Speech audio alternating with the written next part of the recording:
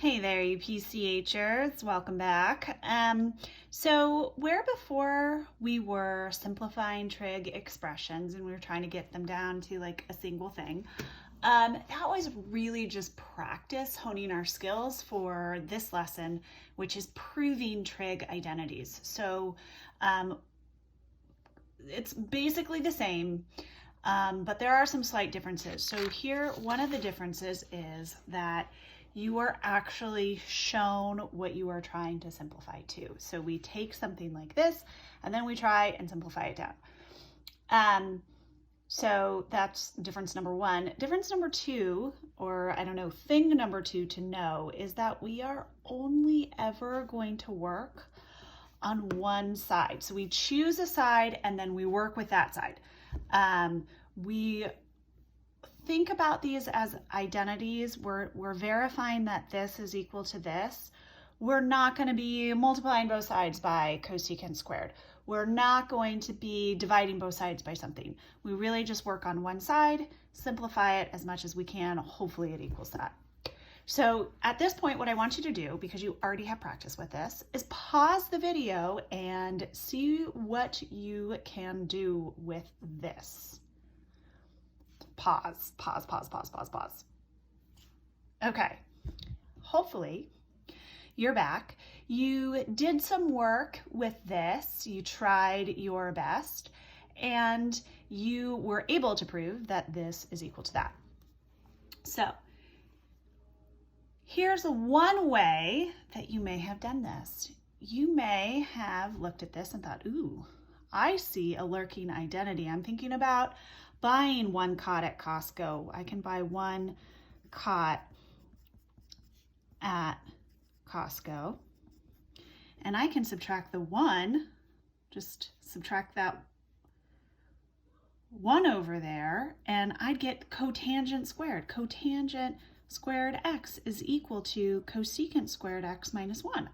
So I'm going to use my Pythagorean identity to replace this and say that cotangent squared x over cosecant squared x is equal to cosine squared x. Okay.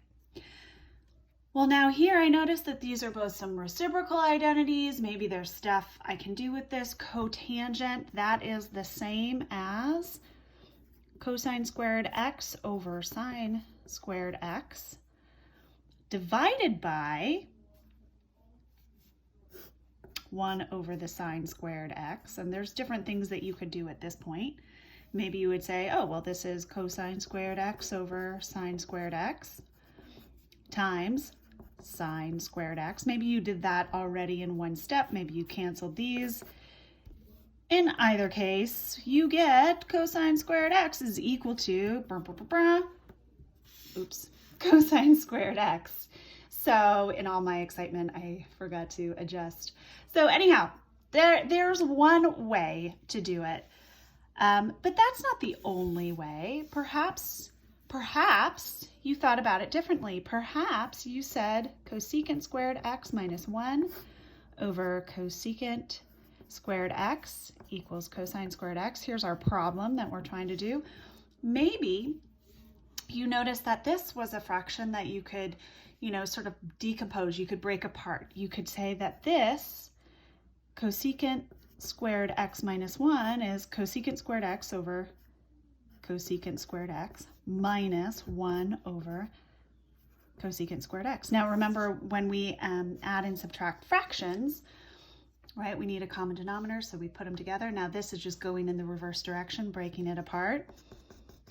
So maybe you said that this was equal to this, and maybe you thought, oh, hey now, I can reduce that. That's 1 minus reciprocal identity, sine squared x.